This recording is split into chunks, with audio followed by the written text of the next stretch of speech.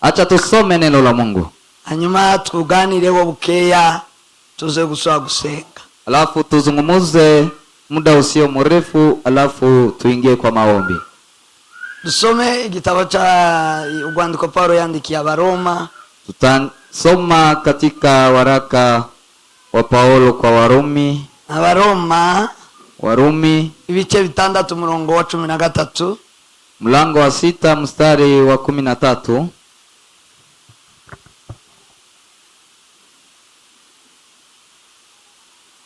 Shaka duhere ku 12. Tunaweza ku 14. Acha tuanzie mstari wa 12 hadi wa 14. Biblia iravuze ngo, Biblia inasema, noneho ndimukimike ibyaha mu mibiri yanyu izapfa. Basi dhambi isitawale ndani ya mili yenu ipatikanayo na mauti.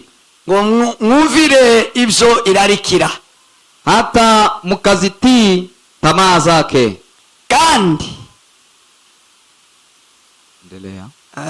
Kandi nimuhe ibyaha ingingo zanyu kuba indwaro zo gukiranirwa, wala musiendelee kuvitoa viungo vyenu kuwa silaha za dhuluma kwa dhambi. N'ingingo zanyu niho ahubwo mwitange mwihimana nk'abazuke, bali jitoeni wenyewe kwa Mungu kama walio hai. N'ingingo zanyu muzihimana kuba indwaro zo gukiranuka, na viungo vyenu kwa Mungu kuwa silaha za haki. Zandi bigabategeke kuko mudatwagwa n'amategeko ahubwo mutwagwa n'ubuntu. Amen. Kwa maana dhambi haitawatawala ninyi kwa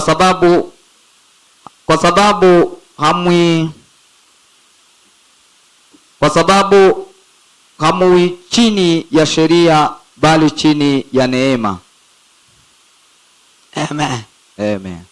Twongere Abaefeso ibice 2 murongo wa 20. Tutasoma mara tena kitabu cha Waefeso mlango wa 2 mstari wa 20. Biblia iravuze ngo nuko ibasha gukora ibiruta cyane ibyo dusaba ndetse n'ibyo twibwira byose, kuko imbaraga zayo zidukoreramo. Imbaraga zayo zidukoreramo. Mstari wa ngapi? Bice 3 murongo wa 2 wa 20. Nababwiye bice 2. Bice 3 umurongo wa 20 mu Baefeso. Yes. 21. Biri yavuze ngo nuko ibasha gukora ibiruta cyane ibyo dusaba ndetse n'ibyo twibwira byose, kuko imbaraga zayo zidukoreramo. Cyubahiro kibi cyayo mwitorero no muri Kristo Yesu kugeza iteka ryose gibiye bidashira. Amen. Basi atukuzwe yeye awezaye kufanya mambo ya ajabu mno kuliko yote tuyaombayo au tuyawazayo, kwa kadiri ya Mungu, kwa kadiri ya nguvu itendayo kazi ndani yetu.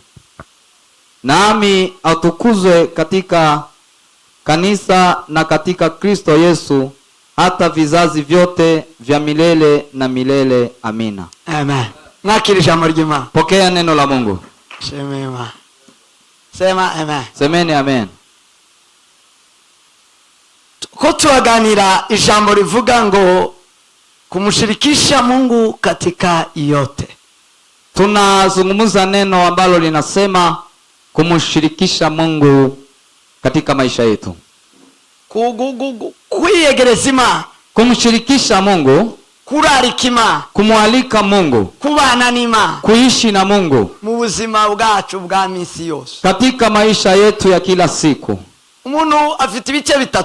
Mtu ana sehemu 3. Umuntu abamwe ibice 3.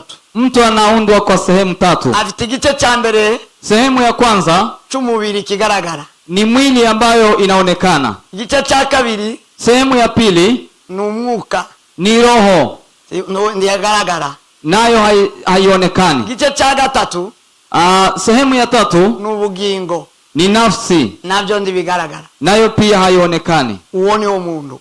Huyo ndiye mtu, Agira ibice bitatu. ana sehemu tatu. Umuntu akongera akabamwe uburyo bubiri. Na mtu tena anakuwa na sehemu mbili tena. Arimwe uburyo bubiri. Arifite ibice bitatu akagira n'uburyo bubiri.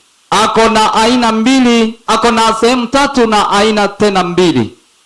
Uburyo bubiri aremwemwo. Aina mbili ambayo ameumbwa, aremwe mu buryo bw'umubiri. Ameumbwa kwa ajili ya mwili. Agasohoka akarema mu buryo bw'umwuka. Na naumbwa tena kwa aina ya kiroho. Hari umuntu w'inyuma. Kuna mtu wa nyuma, hakaba n'umuntu w'imbere. Na mtu wa ndani. Umuntu arimwo babiri. Mtu ako kwa aina ya watu wawili. Arimwo umuntu w'imbere, ako na mtu wa ndani, arimwo n'umuntu w'inyuma. Na mtu wa nyuma. Sema amen. Haleluya. Vuga ngo amen. Semeni amen. Umuntu w'inyuma, mtu wa nyuma, ntacukora kugira ngo ubeho. Hawezi kufanya ili uishi. Umuntu w'imbere, mtu wa ndani, ufite icyo usabwa kugira ngo abeho. Una kile ambacho unahitaji ili uishi. Sinzi ko mwamuntu. Sijui kama mnanielewa. Umuranyumva? Mnanisikia? Umuntu w'inyuma, mtu wa nyuma, ntacukora kugira ngo ubeho. Hakuna kile unaweza kufanya. Ntacyo wikoraho. Hakuna kile unajifanyia. Ntacyo wiyongeraho. Hakuna kile unajiongezea. Ntacyo wiyubakaho. Hakuna kile unajijenga. La. Ni nacho. Niko biremwe. Imeumbwa hivyo. Ni karemano. Yani ni natural. Ariko umuntu w'inyuma, w'imbere. Lakini mtu wa ndani, umuntu w'imbere umuntu ariyubaka. Mtu wa ndani unamjenga. Umuntu aramurema. Mtu anamuumba. Umuntu aramwishiramwo. Mtu aramwishiramwo. Mtu anajiweka ndani. Aramwiyubakamwo, aramwishiramwo. Yani ushaka kuba wewe w'imbere, wewe wenyine urabikora. Yule unatamani ukuwe wewe wa ndani, wewe unajifanyia wewe mwenyewe. Amen. Amen. Sema amen. Haleluya. Vuga ngo amen. Semeni amen. Design y'umuntu w'imbere, yani muundo wa mtu wa ndani, ishusho y'umuntu w'imbere, sura ya mtu wa ndani. Umuntu arazikorera, mtu anajifanyia. Umuntu arazihitiramo, mtu anajichagulia. Umuntu araziyemeza, mtu anajipea. Ariko umuntu w'inyuma, lakini mtu wa nyuma, uzokureho iryo sura ndebe iryo uzoshira. Ondoa hiyo pua nitazame nione kama utaweka gani. Ama utoe hiyo kinywa alafu tuone utaweka kinywa gani. Sema amen. Haleluya. Vuga ngo amen. Semeni amen. Subira ngo amen. Semeni amen. Ariko uw'imbere, lakini mtu wa ndani, wemerewe kumushiraho amazuru ushaka. Unakubali kuweka mapua ambayo unahitaji. Wemerewe kumushiraho ururimi ushaka. Unahitaji kumuweka ulimi ambazo unahitaji. Bwana asifiwe sana. Haleluya. Asifiwe Mwokozi. Haleluya. Abari maso muzamuri biga. Wale wako macho upandisha mikono. Yesu ashimwe cyane. Mungu atukuzwe milele. Yesu ahimbazwe. Mungu asifiwe sana. Leo icyanzanye no kuganira nawe, kile kinachonileta ni kuzungumza na wewe, ubashe kwiyegereza Imana, uweze kumkaribisha Mungu muri hizo bice bitatu, katika sehemu hizo tatu. Wiyegereza Imana, ukaribisha Mungu muri ubwo buryo bubiruremwe, katika aina mbili ambazo umeunganira nabo. Wale nazungumza nao nabakirijwe bazima, ni wale wameokoka wanamjua Mungu, ariko nshaka ko bayimenya neza cyane. Nataka wamjue zaidi. Paulo yasengeye Abaefeso, Paulo akawaombea Waefeso. Sema amen. Haleluya. Nagize umukungugu mwinshi, wewe wacu nawe sinzi kunze yazanye kamera, wale wagiye hejuru. Sema amen. Haleluya. Narebye Soreste namubona naringiye kumutuma ngo aze mpungurira ikirato, nawaguma runama ndaza yunamuka ngo arebe umubyeyi yawa. Sema amen. Amen.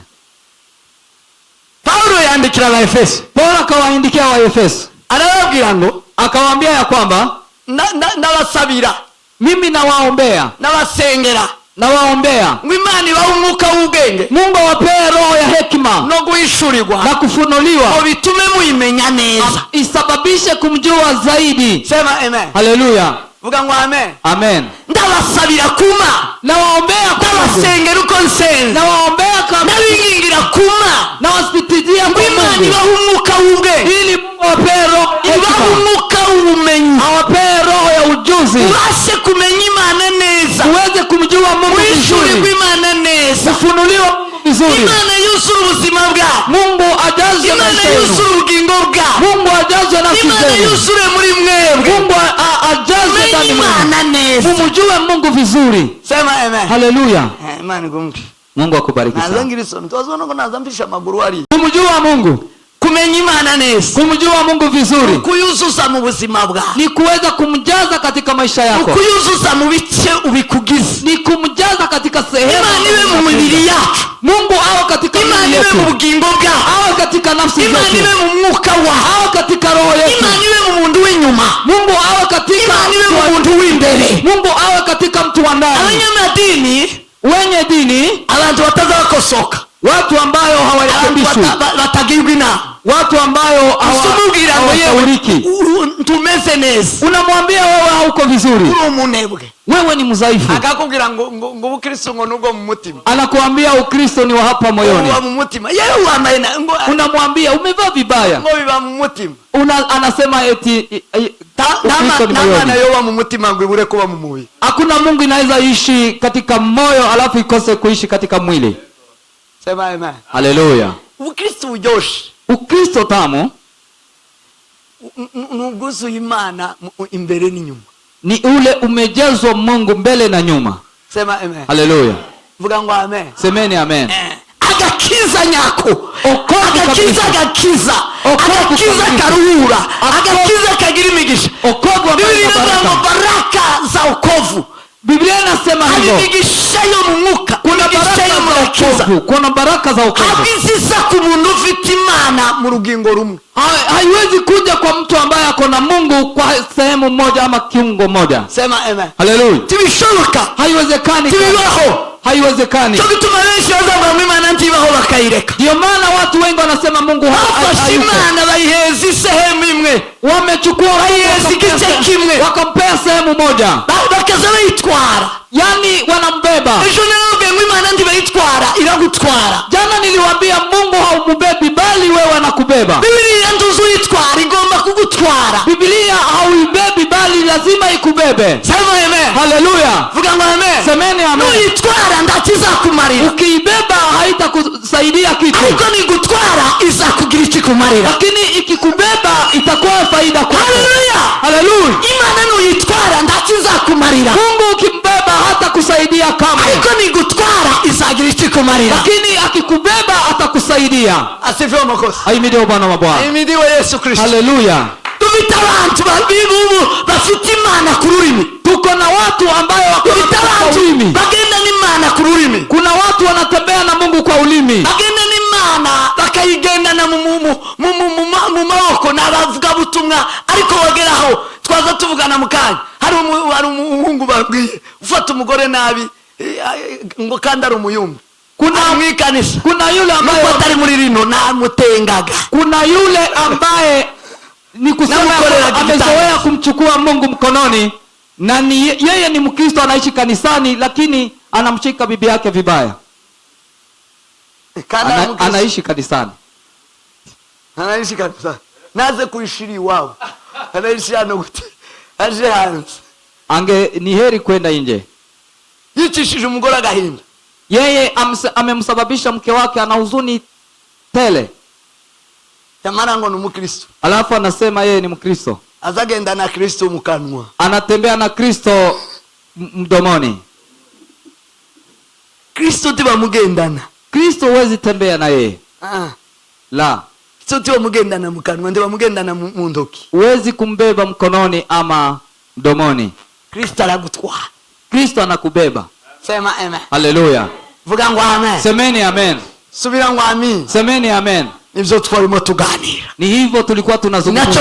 Nicho gitaramo chanzanya. Na hiyo ndiyo kesha imenileta hapa. Hasa inaanza mweno kugira ngo duhamagare Imana. Nimeletwa na kusema tumuite Mungu. Dushake Imana. Tumtafute Mungu. Dushake Kristo. Tumtafute Kristo. Yuzure ingingo zacu. Aweze kujaa. Yuzure imibiri yacu. ajaye yuzura ubugingo bwacu, ajaye na yuzura umwuka wacu, ajaye roho abe mu yetu, mutima, awe katika abe moyo, no mu mubiri, awe katika mwili pia, abe mu bugingo. awe katika nafsi. Sema amen. Haleluya. Vuga ngo amen. Semeni amen. Ni hivyo, abe mu bugingo, awe katika nafsi. ejo twaganirije ijambo rivuga ngo icyo ukora cyose, Jana tulisema chochote utendacho ugikore kubw'icyubahiro cy'Imana, tenda kwa ajili ya utukufu wa Mungu. icyo uvuga, Kile usemacho. kubita abantu benshi bavuga amagambo ukavuga ngo ese uyu ni nde, ni mwene nde. Kuna watu wengi wanazungumza maneno mengi, mtu anajiuliza huyu ni ukabaza ngo nani? ese na nyina ni nde. Unauliza huyu baba yake na mama yake ni wa nani? Kwanza wibaza ngo ese uyu ni uwahe, ni Najiuliza huyu ni wa wapi? kubera amagambo ye, Kwa sababu ya maneno yake ntahesheje icyubahiro, hawezi kumtukuza Mungu, azamura icyubahiro cy'Imana, haitukuzi utukufu wa avuga Mungu, gukomera kw'Imana, hasemi nguvu za Mungu, avuga imbaraga z'Imana, hasemi nguvu za Mungu, atuma Imana ihimbazwa, hawezi sababisha Mungu atuma atukuzwe, Imana isingizwa, hawezi kusababisha Mungu asifiwe. kugira Imana mu buzima, Kuwa na Mungu maishani, kuzuza Imana, kumjaza Mungu, kuzura n'Imana, kuwa katika kumshirikisha Mungu, nukubasha kugira icyo ukoze cyose mu cyubahiro cye, ni kuweza kufanya chochote katika utukufu wake. nubumbura akanwa kawe, Ukifungua kinywa chako, mu rurimi rwawe, katika lugha yako, mu magambo yawe, katika maneno yako, humvikane kuganza kw'Imana, kupatikane kutawala kwa Mungu. sema amen. Haleluya. Humvikane imbaraga z'Imana, Kupatikane nguvu za Mungu, humvikane ishusho y'Imana, kupatikane uwepo wa Mungu, humvikane kuvuga kw'Imana, kupatikane kuongea kwa Mungu. nugira icyo ukoze, Ukifanya chochote chochote utendacho, kigaragare mu ishusho y'Imana, kidhihirike mfano wa kigaragare Mungu, mu Imana, kupatikane Mungu. sema amen. Haleluya. kuko icyo Imana ikora Kwa sababu kile Mungu anafanya ni icyo Imana ivuga, ni kile ambacho anaongea. icyo Imana ikora, Kile Mungu atendaye ni icyo Imana ivuga, na kile anasema bisa nayo. inafanana na yeye. Amen. Amen. Vuga ngo amen. Semeni amen. Icyo Imana ikora, Kile Mungu anafanya kiza kigaragaza ko ari Imana, kinamdhihirisha ya kwamba ni Mungu. uru ni urutoki rw'Imana, Hii ni mkono wa Mungu, kidole ya Mungu. izi ni imbaraga z'Imana. Hizi ni nguvu za Mungu. Hari naho mu buzima hari ikindi Imana izikora, Hata na wewe katika maisha yako kuna kile Mungu anafanya, ukavuga ngo ni ukuri, iki ni Imana, unasema kwa ukweli huyu ni Mungu. kuno ukuboko kw'Imana, Hii ni mkono wa Mungu, izi ni imbaraga z'Imana ntagushidikanya, ni nguvu za Mungu bila mashaka. twese icyubahiro. Tumtukuze. Haleluya, Haleluya. kubera icyo gikorwa Kwa sababu ya kazi hiyo, Imana yavuga, Mungu akisema, ukavuga ngo ni ukuri, iyi niyo ivuze, unasema kwa ukweli huyu ni Mungu uko ivuze akisema, irasohoza. kwa sababu akiahidi anatimiza. Imana ndibeshya, Mungu aseme uongo. Imana ikivuze iragikora, Mungu akisema anafanya. sema amen. Haleluya. Imana ni nyakuri, Mungu ni mwenye ukweli, Imana ni niyo kwizerwa, Mungu ni mwenye ni haki, umwizerwa mu rwego. ni mwaminifu kwa ngazi ya juu. Iyo rero umuntu afite Imana, Basi mkiwa bila Mungu yuzuye mu mirimo ye, ambaye imejaa katika kazi zake, yuzuye mu uzavuga, ambaye amejaa katika Biblia maombezi. iravuga ngo, Biblia inasema, Yesu abwira abigishwa be, Yesu akawaambia wanafunzi, arababwira ngo akasema ya kwamba kanwa kanyu katika hazabamo yego kupatikane ndiyo nayo na oya, na hapana. ikiri inyuma y'ibyo Kilicho nyuma ya hayo maneno ni igituruka ku muri Satani. kinatoka kwa mbaya Ibilisi. Abantu bazavuga ngo yego yego ibe yego, Muwe watu wanasema ndiyo iwe ndiyo, oya ibe oya, na hapana iwe hapana. kirenze kuri ibyo Kinachozidi kwa hayo ikibera ku muri Satani. kinatoka kwa mwovu Ibilisi. Ariko dufite abantu Lakini tuna watu badafite oya na yego, ambao hawana ndiyo na hapana, bafite ibindi. wako na mambo mengine. Ninde ubarimwo? Ni nani huyo? Ninde ubuzuye? Ni nani amejaa ndani mwenu? Ni umubi Satani. Ni muovu Ibilisi. Sema amen. Haleluya. Vuga ngo amen. Haleluya. Subira ngo amen. Semeni amen. Ejo twarabivuga. Jana tumeuzungumza hapo hivyo. Iyo twuzuye Imana, Tukijazwa Mungu, nibwo tuyihesha icyubahiro, hapo ndipo tunamtukuza, nibwo tuyihimba. hapo ndipo tunamsifu. Sema amen. Haleluya.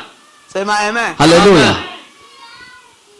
gushirikisha Imana, kuzura n'Imana, kumshirikisha Mungu ama kushirikiana na Mungu nukwemera kuba, ni kukubali kuwa kwitanga, kwiha Imana, kujitoa. Unajitoa kwa Mungu, kwiha Imana nk'abazuki, unajipea Mungu kama mtu ambaye amefufuka, kikuraho kwiyobora, yani unajiondolea kujiongoza, ukayoborwa nayo, unaongozwa na yeye. Sema amen. Haleluya, sema amen. haleluya. Kandi bitari igice kimwe, ibice byose, Na tena si sehemu moja bali ni sehemu zote. niba warubatse umuntu w'imbe, Ikiwa umejenga mtu wa ndani, sema amen. haleluya, vuga ngo amen. semeni amen. niba warubatse umuntu w'imbe, Ikiwa umejenga mtu wa ndani, umuntu w'imbere ni umwuka, mtu wa ndani ni roho, umuntu w'imbere ni Imana, mtu wa ndani ni Mungu, umuntu w'imbere ni ishusho y'Imana, mtu wa ndani ni sura ya Mungu ama mfano wa Mungu. sema amen. Haleluya.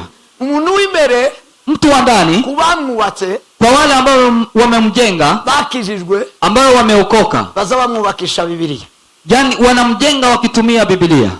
Dore materiyo, Tazameni material ya kujenga mtu wa ndani. ushaka kubaka umuntu w'imbere, Ukitaka kujenga mtu wa ndani, abantu bakeneye kubaka umuntu w'imbere, watu ambao wanahitaji kujenga mtu wa ndani, bakubaka usa n'Imana, ambayo wanajenga yule anafanana na Mungu, bakubaka ishusho y'Imana, ambayo wanajenga mfano wa Mungu. abafashe Bibiliya Ni wale wamechukua Biblia bakayigira materiyo, basi ikabadilika material. ukubakisha umuntu w'imbere, Unajenga mtu wa ndani imirongo ya Bibiliya, katika amahame ya Bibiliya, katika kanuni za Biblia. avuga ngo uhereye none, Unasema kuanzia siku ya leo, umuntu wanje w'imbere mtu wangu wa ndani azaza yumva Bibiliya, atasikia Biblia, azaza yumva na Bibiliya, ataongozwa na Biblia, azaza agaburirwa na Bibiliya, atalishwa na Biblia, azafashwa na Bibiliya. atasaidiwa na Biblia. iyo Bibiliya yabaye muri wowe, Basi Biblia ikiwa ndani mwako, wubakika imbere, wewe unajengwa hapo ndani. umuntu w'imbere arakomera, Mtu wa ndani anaimarika, umuntu w'imbere abaho, mtu wa ndani anaishi. sema amen. Haleluya, vuga ngo amen. semeni amen. iyo rero ufite uyu, Basi ukiwa na mtu huyo ama material kama hii, iyo ibaye materiyo ya Bibiliya, ukitumia material ya Biblia, ibindi byose irabikontorora, mengine yote unayaongoza. sema amen. Amen, vuga ngo amen. semeni amen. Sehemu ya kabiri itaziboneka nababwiye ngo ni ubugingo. Sehemu ya pili ambayo haionekani, nimewaambia nafsi. Ubugingo buza kumurikirwa n'ijambo ry'Imana. Nafsi inaangaziwa na neno la Mungu. Umuntu rero ibyo yize, Mtu yale ambayo amesoma, ibyo ubumenyi afite, ubugingo n'ubumenyi n'ubwenge n'amarangamutima, ile ujuzi ambayo ako nayo na nafsi na hekima na insia, noneho bikamurikirwa n'ijambo ry'Imana, ambayo inaangaziwa na neno la Mungu. zamurikirwa n'ijambo ry'Imana. Baada ya kuangaziwa na neno la Mungu, uw'imbere akaba very smart, mtu wa ndani anakuwa smart, akaba atunganye, anakuwa mkamilifu, akaba yuzuye, anakuwa mkamilifu. ugasanga umuntu ameze nk'umusozi Siyoni. Unapata ameimarika kama mlima Sayuni. Sema amen. Haleluya, Twese si cyubahiro. Bwana wa mabwana. Ahimidiwe Bwana wa mabwana. Ahimidiwe Bwana wa mabwana. Haleluya, haleluya. Ubundi ingingo z'umubiri zifashwe n'ubwonko. Kawaida viumbe vya mtu vimeshikwa na Ubongo. na ubongo.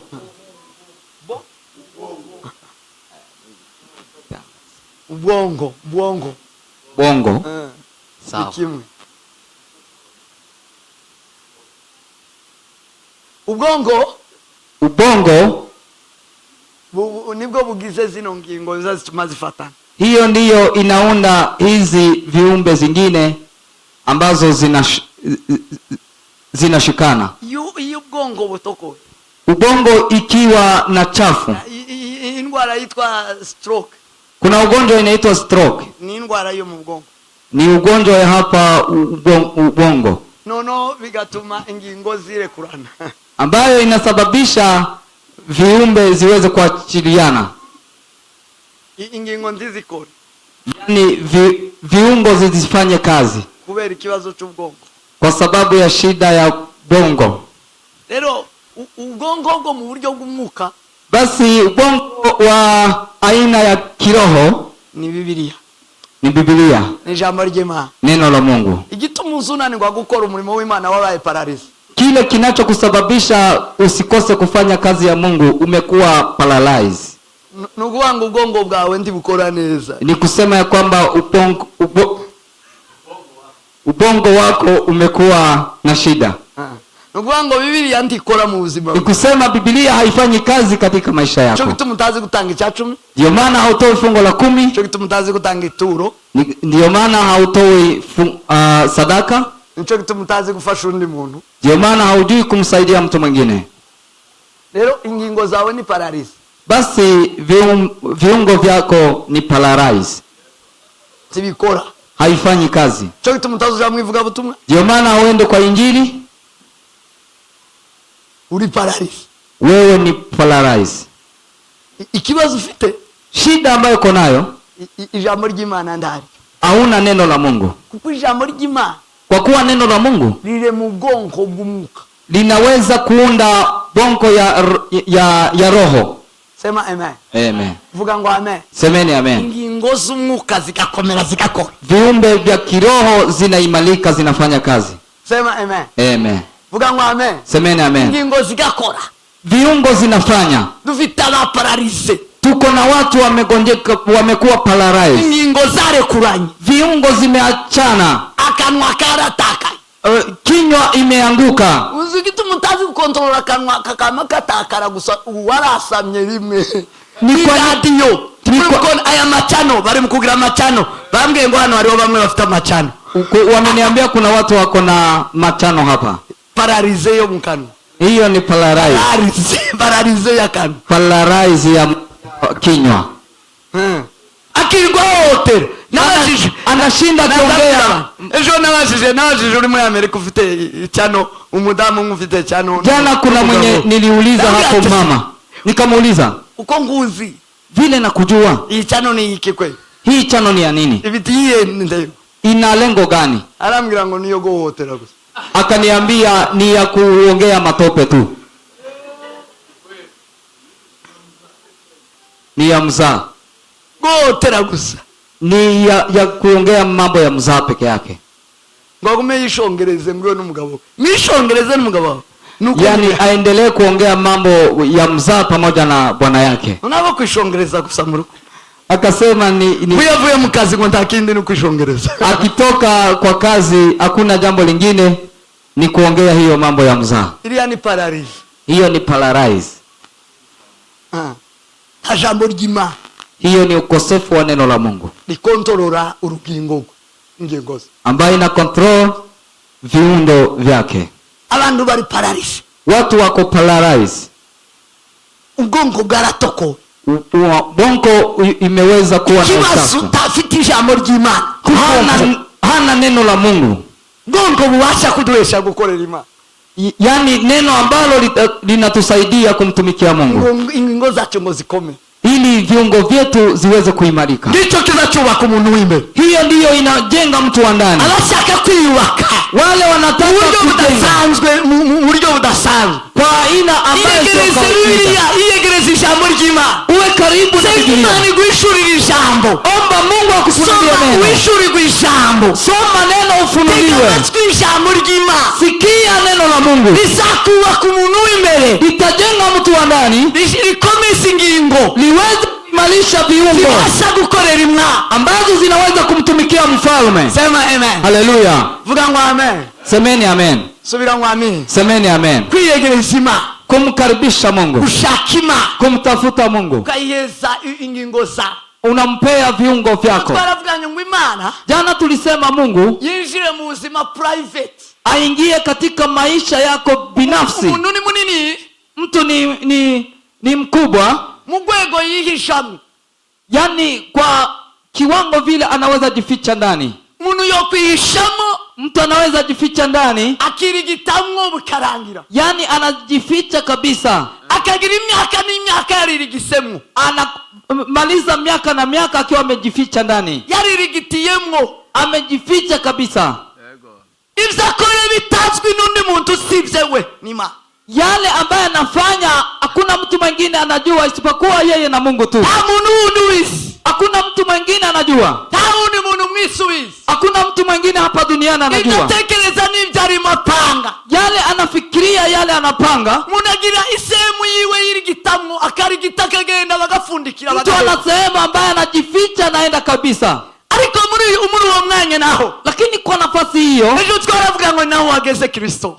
jana tumesema hageze umwami Imana, ufikishe mfalme hapo. Sema amen. Haleluya. Vuga ngo amen. Semeni amen. Imana nigera mu ngingo zacu, Mungu akifika katika viungo vyetu, nigera mu buzima bwacu, Mungu akifika katika maisha yetu. Ibintu bibiri nivyo twasomye. Niniambia vitu mbili Imana ibasha gukora, Mungu ambaye anaweza kufanya mu buzima bwacu katika maisha yako. Number one, Imana iguheza ivyo birenze ivyo usaba. Mungu anakupea zaidi ya yale ambayo umuntu agira projet ngufita. Mtu anaweza kuwa na mradi mfupi sana, arashobora kugira gahunda ngufita, anaweza kuwa na mpango mfupi sana. Afite nene na afite imyaka 10, wale wako na mradi ya miaka mingi ni miaka 10, kandi iyo myaka 10 mbere ndibazi imbere hao, ndibazi iyo myaka, na tena baada ya hiyo miaka 10 hawajui. Langata hafuye abantu bafanya imigambi myinshi cyane. Hapo Langata kumezikwa watu ambayo wako na miradi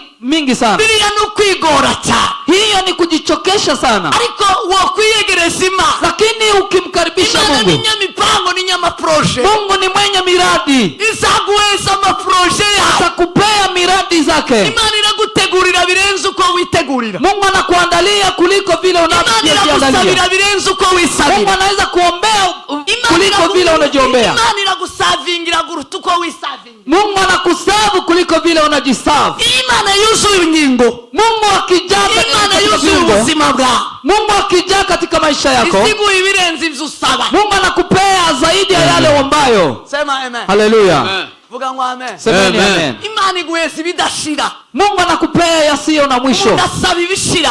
Mungu mtu anaomba yale taisha. Umuntu asaba ibingana n'ubwonko bwe. Umuntu asaba ibingana n'ukwaresha. Mtu anaomba yale kulingana na vile anatosha.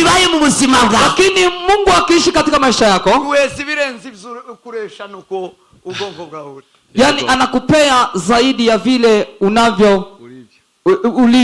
Nicho gituma umuntu azapfa. Ndio maana mtu akifa agasigaye arashizeho system igakomeza. Anaacha system na hiyo system inaendelea. Agasigaye ibikorwa bigakomeza yarafu. Anaacha kazi na kazi zinaendelea akiwa ameaga. Sema amen. Semeni amen. Vuga ngo amen. Amen, amen. Imana igutegurira ibirenze cyane kure. Mungu anakuandalia zaidi ya yale ambayo unaandaa. Tugeze Imana mu ngingo zacu. Tukimfikisha Mungu katika viungo vyetu, tukimfikisha Mungu katika maisha yetu, atatupea zaidi ya yale tuombayo. Biblia inasema atatupea zaidi ya yale tufikiriayo, yale tunafikiria. Jambo la mwisho, na hiyo ndiyo tumesoma sahihi. Biblia inasema ya kwamba kumshirikisha Mungu ni kuchukua viungo vyako, unaziondoa kuwa silaha za dhambi. Yani ntwaro, yani silaha, kuziondoa silaha za dhambi, kuwa silaha, kumpea Mungu ingingo zao, viungo vyako, umubiri wako, mwili wako, ubwenge bwako, hekima yako, ukuri vile ulivyo, ukaba intwaro, unabadilika kuwa silaha yo gukiranuka, silaha yenye haki. Tuhe ingingo zawe kuba intwaro zo gukiranuka. Usipee viungo vyako kuwa silaha ya dhambi. Chokintu ko murachumva ariko mnasikia neno ile? Sema amen. Amen. Vuga ngo amen. Semeni amen. Kuzura nima, kumshirikisha Mungu nukufata ingingo zao, ni kuchukua viungo vyako, nukufata ibikugize, ni kuchukua vile vinavyo. Sema amen. Amen. Vuga ngo amen. Semeni amen. Dufite intwari, tuna silaha, intwari, tuna shujaa, intwari zihagurutse zo gukiranirwa za sasa. tuna shujaa ambao wamesimama wanafanya maovu sana. Bafashe ingingo zabo, wamechukua viungo vyao, bazigize intwaro zo gukiranirwa ko barakorera hasi, bahagurukiye icyarimwe, akamaguruka wese kabona ko yagiye. Yani wamezifanya kuwa silaha za kutenda maovu, na wameamua kusimama na kufanya maovu. Imbaraga zao zose na nguvu zao zote barahagurutse, bazigize intwaro zikomeye zo gukorera Satani. Wamesimama, wamezibadilisha silaha kuu za kumtumikia Ibilisi. Biblia rero yavuze, Biblia imesema abashaka kuzura n'Imana, wale wanataka kumshirikisha Mungu, abiyegereza Imana, wale wanamshirikisha Mungu, hari icyo bagomba gukora. kuna kile wanahitaji kufanya. Number 1, bakuri ibyaha mu ngingo zao, waondoe dhambi katika ngingo zao, mu ngingo zao, ondoa dhambi mu ngingo zao, ondoa dhambi katika mu bikugize, ondoa dhambi kwa ile inakunda, ubikuremwo, uziondoe mu ngingo zao, katika viungo vyako. hanyuma ngufate ingingo zawe, alafu chukua viungo usigire intwaro, uzifanye kuwa silaha yo gukiranuka, yenye haki. Sema amen. Haleluya. Vuga ngo amen. Semeni amen. Usigire intwaro yo gukiranuka, uzifanye kuwa silaha yenye haki. muri icyo gihe, katika wakati huo, wiyuzuzanima, hapo utakuwa unashirikiana na Mungu. Zaburimo wiyuzuzanima, hapo unamshirikisha Mungu. mukuru akanwa kanyu mu gusebya, ondoa mdomo wako ubuzima bwanyu mu gusebya abana. Yani ondoa kuri mu kanwa kawe kuvuga undi muntu, ondoa maneno mabaya kuongea. Hindura ubuzima bwawe, ondoa hindura ingingo zawe, badilisha viungo vyako, uzishire mu buzima bwo gukiranuka, uziweke katika maisha yenye haki. Resesi cyubahiro. Haleluya. Haleluya.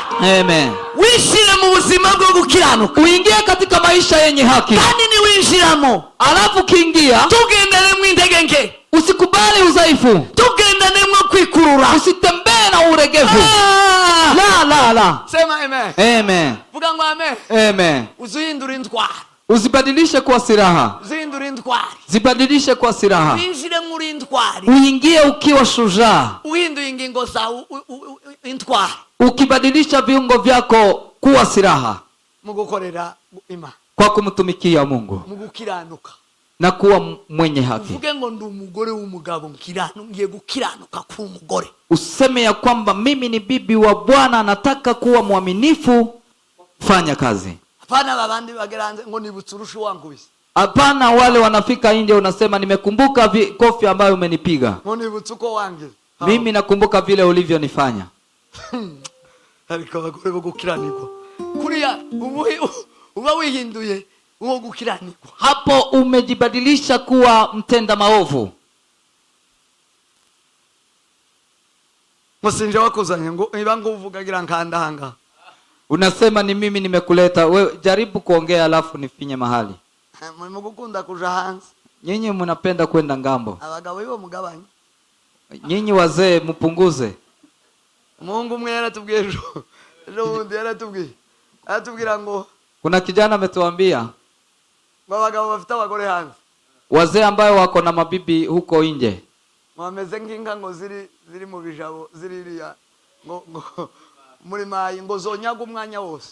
Wanasema ni kama watu wako na mafugo yako katika maadui zinaweza enda. Inga ziri muri Kongo, yani ngombe ambazo ziko Kongo, ngo n'abakobwa n'abagore bari muri Amerika cyangwa mu Burayi mu hanze, na wamama ambao wako Marekani ama Ulaya, ngo abagabo mwiririre ngo onyaga umwanya wari wose wo kwa munyagwa. Nyinyi wazee mulie kwa sababu mnaweza nyanganywa anytime.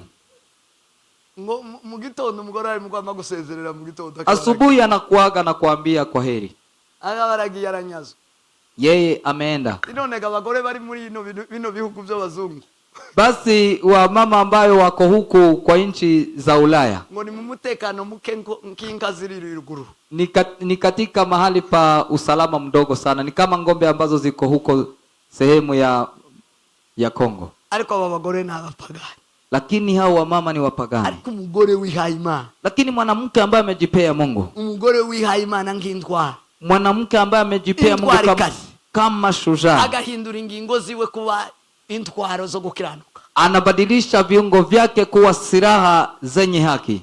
Ntabwo yobwira umugabo ngo bye, hawezi kumwambia bwana yake eti bye. tiyonyagwa pipi, hawezi kunyanganywa kamwe. sema amen, haleluya. kuzura n'Imana, kushirikiana na Mungu ni ugutegura ingingo zawe, ni kuandaa viungo vyako kuwa intwaro, kuwa silaha zo gukiranuka zenye haki. tiwemerere kwa maboko yawe, usikubali mikono yako avusha amaraso alafu imwange damu. tiwemerere ko, usikubali ya kwamba ko amaguru yawe, miguu yako akora iby'urugomo, afanye mambo ya mzaa. tiwemerere ko, usikubali ya kwamba akarenge kawe, mguu wako kaja gusebanya, usiende kusegenyana. tiwemere ko, usikubali tuhaguruke, usisimame, ngo wemerere kuba, ukubali kuwa intwari mu byo gukiranirwa, yani kuwa shujaa kwa kutenda maovu, ahubwo bali witekerezeho, ujifikirie. bwira mugenzi wangu jipange, mwambie mwenzako jipange sawa sawa, jipange sawa. witekerezeho, uvuge ngo njyewe, ujiwazie, useme mimi n'ingingo zanje na viungo vyangu Uwiteka nitampea Bwana. Uravuga ngo mwihimana ngabazuke, Bwana akasema mjipee Mungu kama wale wamefufuka. mwihimana ngumuzuke, mjipee Mungu kama yule amefufuka. ugende uri intwari, tembea ukiwa shujaa, kandi ingingo zawe tena viungo vyako ari intwaro, iwe silaha. sinzi ko munyumvishije, sijui kama mnanisikia. ugende uri intwari, tembea ukiwa shujaa, intwari, simama ukiwa kuri intwari kazi, simama ukiwa shujaa. kanisuje, kuja kanisani, wino muri Kristushe, kuja katika Yesu Kristo, usuri intwari kazi, usuri intwari, uwe ukija shujaa, kandi nugeramo, na ukiingia ndani ingingo zawe, viungo vyako zibe intwaro, ziwe silaha, intwaro yo gukiranuka, ziwe silaha zenye haki. ingingo zawe zikore, viungo zako zifanye zo gukiranuka, yenye mambo yenye haki. ubuzima bwawe, maisha yako ubwo gukiranuka iwe yenye haki. nushakwa, ukioleka, ubona urashatse, ukioa, ukabona ubonye umugabo, unaona umepata ngiye nk'umugore w'intwari, unasema utembee kama mama shujaa, w'intwari muri uru rugo, sema ya kwamba nimeenda kama mama muri iyi nzu shujaa, nk'umugore w'intwari, enda katika nyumba hii kama mama shujaa. ingingo zanje muri uru rugo, viungo vyangu katika boma hii ni intwaro zo gukiranuka, ni silaha zenye haki, zo gukiranirwa, si za kutenda maovu, zo guteza ibibazo, si za kusababisha zo shida, guteza ingorane, si za kusababisha pana pana ala. abagore birwa mu mazu bazateza ibibazo bikomeye, abagore batazasenga, wa mama ambayo hawaombi, ambao wanashinda nyumbani, wanaleta matatizo nyumbani. babonye inzu yo kuzoza birwamo kwa banyina hagati bo bemerera, yani wameona nyumba ambayo watashinda hapo, kwa sababu huko kwao kwa mama zao hawawezi kukubalia. mwabagabo ukumwebwe muzamutetesha abagore aba bagore, ariko iwabo umukobwa mukuru iwabo nyina yo mwemera se nase. Nyinyi mkitazama, hakuna msichana anaweza kubaliwa na mama yake na baba yake kushinda kwa nyumba. Timureke ngababwira makuru, acheni niwaambie, babwira makuru, niwaambie, babwira makuru ishini, niwaambie, umuvyeyi wese, kila mzazi yakujije umwana akikomalisha mtoto, agakura, mtoto anakuwa umukobwa cyangwa umuhungu, awe msichana ama mvulana, nta mugabo numwe nta mugore numwe uzawifuza ngo agumaho. hakuna mama ama mzee ambaye anaweza tamani huyo abaki hapo. Tuzatuvuga ati twobabwira nyine ntako twobabwira, hatuwezi kuambia, ariko umukobwa wese, lakini msichana yoyote n'umuhungu wese ukuze, na kijana ambaye amekuwa, nta mugabo nta mugore ukunda ngo bagume iruhande rwawe. hakuna mama ama mbaba anaweza kubali ili aendelee kuwa pamoja hapo nyumbani. Zonga ngo soka, unamwambia toka nje, uzumusohora mu mwuka karwa kibwiriza gasohoka. yani unamtoa kirohoni alafu anaenda kabisa, akaruwa kagenda, inafika mahali anaenda. bamara kugera iyo bagiye, baada ya kufika hapo kwenye wameenda, niyo habi hapo ndipo pabaya. Ona kili wao Hapo kidogo naweza ona kiwa kwao. mwana akiri waba abari mu murongo kugenda, labda akiwa kwao, kumugabo, lakini akifika kwa mzee wake, nukuwa ngo nta murongo kugenda, hapo ni kusema hakuna mwelekeo tena wa kutembea. Amaze gani babandi bishongereza, hao ni wale ambayo wanajifanya sana, akananirwa kubintwara kazi, akabiki kimungu muryango, yani anashindwa kuwa shujaa, alafu anakuwa ni kidudu ambacho kinauma familia. Kurugwa kaza kuruse, anashindwa kujenga boma bali anakuja kubomoa. Yihinduye intwari kazi yo gukiranirwa, ahindura ingingo ziwe kuba intwaro zo gukora ibyo gukiranirwa. Amejifanya kuwa shujaa wa kutenda maovu, akafanya viumbe vyake kufanya kuwa silaha za kutenda maovu. Umugore wiwe uzosoma list, uzozane list y'abagore bose bamuno, uzoisoma. Utanipea kandi ni mara tuma abantu, uzohamagara abagabo bako, umugore wawe ariye, mubwira ariye, nitapigia kila mzee, bazirigwa mu mazero, muzobasohore boss, kesho wasishinde nyumbani, bazaze tubone, wakuje hapa tuonane. Kwishongereza, kujifanya tu. Umugabo akirirwa mugasoza ahiga, nawe gusari ntazaja gusenga, ntazasengera umugabo, ntazasengera abana, ntazaja mu ikanisa, aragusa munzu. Yeye anaishi hapo kwa nyumba tu, haombei mzee, haombei watoto, hakuji katika kusanyiko, yeye anakaa hapo nyumbani tu. Wa mugabo ufite kibazo, ufite umugore beno, wewe mzee uko na shida ukiwa na bibi kama huyu, maana kubita umugore gipaso, ambia Mungu mpige teke kipaso, mpige teke, wewe tukamukubita kipaso, ubwira Imana imukubita kipaso, ambia Mungu ampige teke, maana wankubitira uriya mugore gipaso. Mungu sohora teke bibi yangu, sohora, atoke nje, sohora, aweze kuwa intwaro, kuwa intwari, kuwa shujaa, ukagira ingingo zawe kuba intwari, unafanya viungo vyako viwe silaha. Sema amen. Haleluya. Vuga ngo amen. Haleluya. Kuba intwari kazi, kuwa shujaa, kuba intwari, kuwa shujaa, ingingo zawe na viungo vyako zikaba intwaro, vinabadilika kuwa silaha. Takindu chiza ngo kukuboko kwa abandi bakaheza higirirwa. Hakuna kitu kizuri kama kwa mkono wako wengine wanapata baraka. Sema amen. Amen. Vuga ngo amen. Semeni amen. Daudi yigeze gusenga aravuga ngo Mana igisha amaboko yanje kurasana. Daudi amewahi kusema kubintwaro, funza mikono yangu kupigana, igisha amaboko yanje kubintwaro, yani funza mikono yangu kuwa shujaa. Hari abagore bamwe amaboko yabo gusa nayo kora nayo gukora. Kuna wamama wengi ambao mikono yao ni kugusagusa tu, kora gusa, kugusagusa. Haba gukora gusa, bamwe bujuje amadeni, abagabo bari mu guhunga, ni kugusagusa tu. Wengi wamejazwa na madeni, hata wazee wanakimbia, wanatoroka. Hari umugabo wahunze rundi, kuna mzee ambaye ametoroka juzi. Undi nawe baje gufata umugore, ngo bafata umugore aba polisi, aravuga ati mushana. Wengine wa polisi walikuja kushika mzee wake, wakasema mbebe. Mbebe. Sinzi yayo madeni cho yakoze. Hata sijui hiyo pesa ameifanyia, ametumia nini. Mimi mumpeleke, mimi sijui.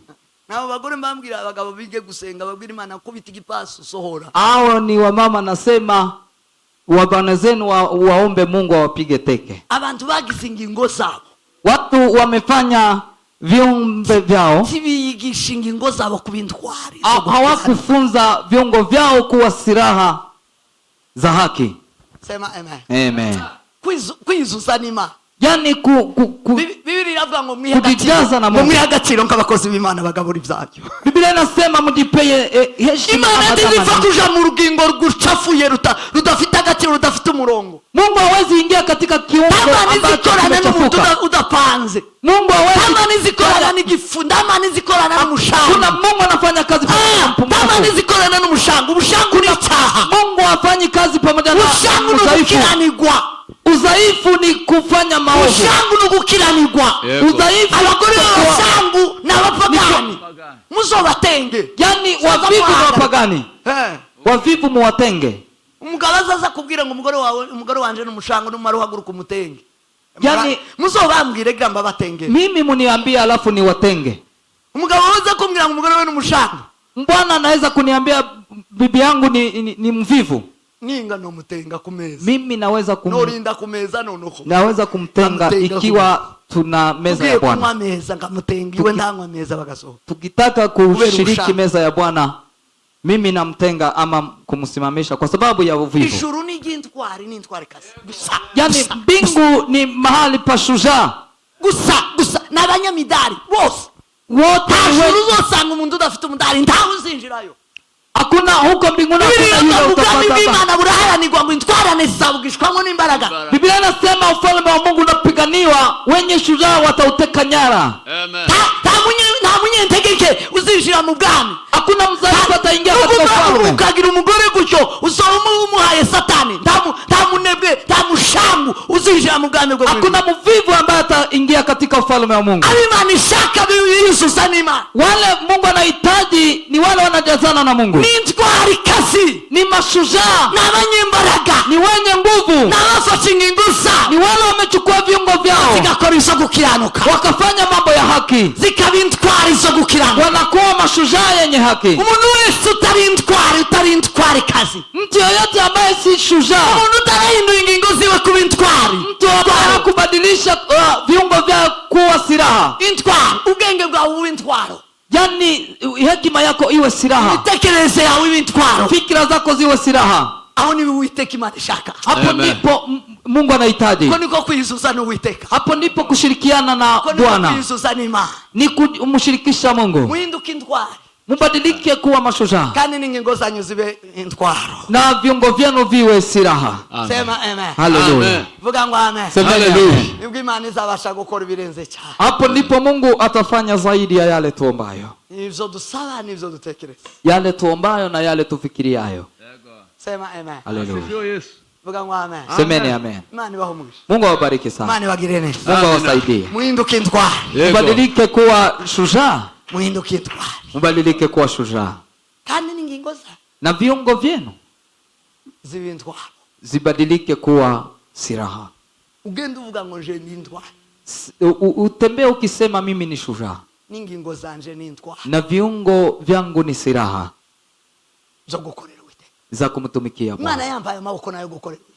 Mungu amenipea mikono ya kumtumikia. Imana yampaye ubwenge nizo gukorera. Mungu amenipea hekima ya kumtumikia. Imana yampaye amaguru nayo gukorera Imana. Mungu amenipea miguu ya kumtumikia Mungu. Imana yampaye amaso nayo gukorera Imana. Mungu amenipea macho ya kumtumikia Mungu. Imana yampaye amatwi nayo gukorera Imana. Mungu amenipea masikio ya kumtumikia Mungu. Imana yampaye umutima wanje no gukorera Mungu amenipea moyo ya kumtumikia Mungu. Ingingo zanje zose ni intwari. Viungo vyangu vyote ni silaha. Imana ibahumugishe. Mungu awabariki sana. Move hasi turasema. Simameni tuombe. Imana ibaheze kuzura. Mungu awape kushirikiana naye. Nayo muhindutse intwaro. Mubadilike kuwa silaha. Ingingo zanyu zibaye intwaro. Viungo vyenu zibadilike kuwa silaha. Sema amen. Amen. Vuga ngo amen. Semeni amen. Abenshi ibiganza byabo sivyo gusengera abana nivyo gukubita abana ibikucu gusa. Wengi vitanga vyao si za kuombea watoto bali ni kuwachapa. Azarengeza ikiganza akushuye umwana. Yani anapandisha kitanga chake cha kumchapa mtoto tu. Gusa amaboko yawe ni guchapa abana. Nyinyi mikono yenu ni ya kuchapa watoto. Rero tibagichapa abana gusa bari mu guchapa na basi. Hata wanachapa wa bwana zao. Bari mu guchapa na basi. Hata wanachapa na bwana zao. Na bagabo nabo nuko nuguchapa abana n'abagore. Na hata na wazee hivyo ni kuchapa tu wa bibi na watoto. Ingingo ziwe gusa ukuboko kwiwe gusa nuko gucapa umugabo abana n'umugore. Azagira cyo kera akabakubisa umugore, kera akabakubisa umwana. Mkono wake ni kuchapa tu bibi yake ama anachapa na mtoto pia. Hindura. Badilisha ingingo zawe. Viungo vyako ziwe silaha zo gukoresha ibyo gukirana. Za kutumia mambo ya haki. Niko kuzura nima. Hapo ndipo kushirikiana na Mungu. Sema amen. Hallelujah. Sema amen. Semeni amen. Amaboko yawe abayo gukora pana yo kuguma gufata mkopo. Mikono yako iwe ya kufanya kazi bali isikuwe ya kuchukua mikopo. Ugezao wa kufunga. Ifike mahali utafungwa. Abandi bagakopa ariko tibishura. Wengine wanakopa lakini wanakosa kulipa. Kanda zifite. Na tena ako na pesa. Yabaye intwaro zo gukirana. Yani amekuwa nugira ideni ukiwa na deni genduje kwikorera wishuri wende ufanye kazi ulipe. Yego ni yego, oya ndiyo ni ndiyo, na hapana ni hapana. Imana ibahomugisha. Mungu awabariki sana. Yesu abahomugisha. Mungu awabariki sana. Mubintwaro muwe shujaa, ingo zanyu zibintwaro, viungo vyenu ziwe silaha, kandi namwe mubintwaro, na nyinyi muwe mashujaa. winjiraho winjira urintwaro, ukiingia mahali popote ukiwa shujaa, urintwaro, na mahali unaishi uwe shujaa, aho uri hose urintwaro, popote unaishi uwe tubikiganda, yani usikuwe mdhaifu, tube ntuwe umushangu, usikuwe mvivu. Sema amen. Amen. Sema amen. Haleluya. Timu babasha, musikuwe wavivu. Mwabasha. Icho werekeje amaboko, Biblia iravuga ngo icho werekeje amaboko. Biblia inasema kile ambacho unaelekeza mikono, Mugikorane, fanya na bidii. Kikorane umwete, fanya na bidii na ufanye vizuri. Yako. Biblia ikavuga ngo abanshakana umwete bose bazamu. Biblia inasema wanitafutao kwa bidii watanipata. Hakuna mzaifu ambaye anamuona Mungu. Hakuna mvivu ambaye anamuona Mungu. Hakuna mvivu anamuona Mungu. Mwambie mwenzako achana na uvivu. Fanya kazi na bidii. Fanya kazi na bidii. Sema amen. Haleluya. Kindi ndimwumva amabwire y'abasando Brati na Keshem. Senebarati na Keshem na Tobi. Mnawaza abo bagabo batatu. Jambo lingine msiwakubalia ama msiwasikie wa Senebarati na Tobia na Geshem. Muzi milimo yao. Mnajua kazi zao. Muzi umugambi wao. Mnajua mpango wao. Nukunamura umuntu ku murimo. Ni kumuondoa mtu kwa kazi ya Mungu. Nugukura umuntu ku murimo. Ni kumuondoa mtu kwa kazi. Ni uwo mugambi gusabaga. Hiyo ndiyo mpango yao tu. Nukukurekesha ico wahamagariwe. Ni kukuachisha kile ambacho umeitiwa. Bwira mugezi wangu menya Senebarati na ambia mwenzako Tobia na Geshem. Jua Senebarati na Tobia na Geshem. Uwamenye. Uwajue. Tuwahamatwe. Usiwape masikio. Komeza umurimo w'Imana. Endelesha kazi ya Mungu. Sema amen. Haleluya. Komeza umurimo w'Imana. Endelea na kufanya kazi ya Mungu. Bazaba kwamiriza bakaguhamagara bakagukura ku murimo. Wanakuzomea, wanakuita, wanakuondoa katika huduma. Bazaba ngo sekura karakoriki. Anasema eti huyu anafanya kazi gani? Kuyerekana. Yani kujionyesha tu. Ubawa wiyerekana ime. Muzamukorera Imana mwamwiyerekana. Nyinyi mnatumikia Mungu mkijionyesha tu kwa watu. None muzamumva gute ba Senebarati? Kwa nini mnawasikiza wakina Senebarati? Tobia. Wakina Tobias. Ngwese kuri yakoziki. Unasema huyu amefanya nini? Mubwire ngo ari cyo nkoze. Mwambie ya kwamba kuna kile nimefanya. Hauko muzamuvuga ngaba Nehemia. Bali ongea kama wakina Nehemia. Yaza kora icyakoza akavuga ngo ikinacho zokinyibukire Mana. Alikuwa anafanya chochote ikinacho zokinyibukire Mana. Na nikumbuke. Nikumbuke kwa kufanya jambo hili. Uone umurimo utwa. Hiyo ni kazi ya ushujaa. Ingingo zawe zabaye intwaro. Viungo vyako zibadilike kuwa silaha. Nugira ico ushinze. Ukifanya nugira ico ukose. Chochote ambacho utafanya, ingingo zawe zabaye intwaro. Viungo vyako zikuwa zimebadilika silaha. Ikinacho kinyibuki. Sema ya kwamba hiki nacho nikumbuke Bwana. Ureke kumva ba Tobia. Usisikie wakina Tobias. Sema amen. Amen. Sema amen. Haleluya. Muzure ni Imana. Mushirikiane na Mungu. Muzure na Kristo. Mushirikiane na Kristo. Imana ibahumugishe. Mungu awabariki sana. Yesu abagire neza. Yesu awabariki. Kadusenge iminota mike.